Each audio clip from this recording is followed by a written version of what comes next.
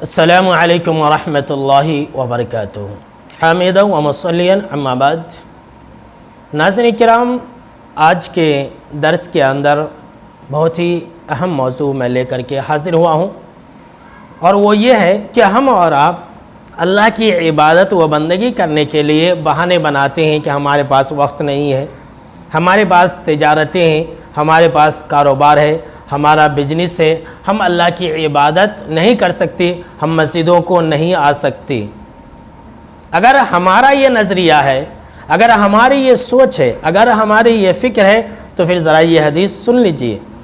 ابن ماجہ اور ترمذی کے اندر یہ حدیث ہے، اور اس حدیث کو علامہ البانی رحمہ اللہ نے بالکل ہی صحیح کہا ہے کہ حضرت ابو رضی اللہ تعالیٰ عنہ راوی حدیث سے کہتے ہیں کہ اللہ کے نبی اکرم و مکرم صلی اللہ علیہ وسلم نے فرمایا کہ اللہ رب العالمین یہ کہتا ہے کہ اے انسانوں، اے بنی آدم، تم میری عبادت کے لیے وقت نکالو، تم میری عبادتوں کے لیے وقت نکالا کرو، میں تمہاری ہر ضرورتوں کو پوری کر دوں گا، میں تمہیں غنی کر دوں گا، میں تمہاری محتاجگی کو دور کر دوں گا۔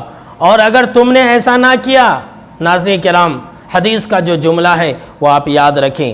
آپ صلی اللہ تعالیٰ علیہ وسلم نے فرمایا کہ اللہ کہتا ہے، اور اگر تم نے ایسا نہ کیا، عبادتوں کے لیے تم نے بہانے بنائے، اللہ رب العالمین نے کہا کہ میں تمہیں مصروف کر دوں گا، میں تمہیں بزی کر دوں گا، میں تمہیں کسی چیز کے اندر مشغول کر دوں گا، اور پھر تمہاری غریبی، تمہاری فقیری، تمہاری محتاجگی کبھی بھی دور نہیں ہونے دوں گا۔ اللہ اکبر کبیرہ۔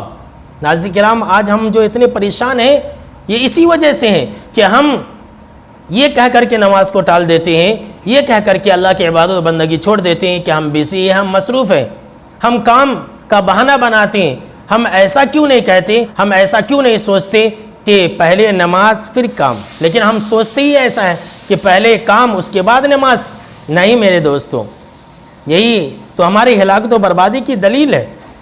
پہلے ہم نماز ادا کریں اور اللہ کی عبادت و بندگی کریں، اور پھر دیکھیں کہ ہماری کامیابی کیسے ہوتی ہے، ہماری غریبی اور محتاجگی کس طرح سے دور ہوتی ہے۔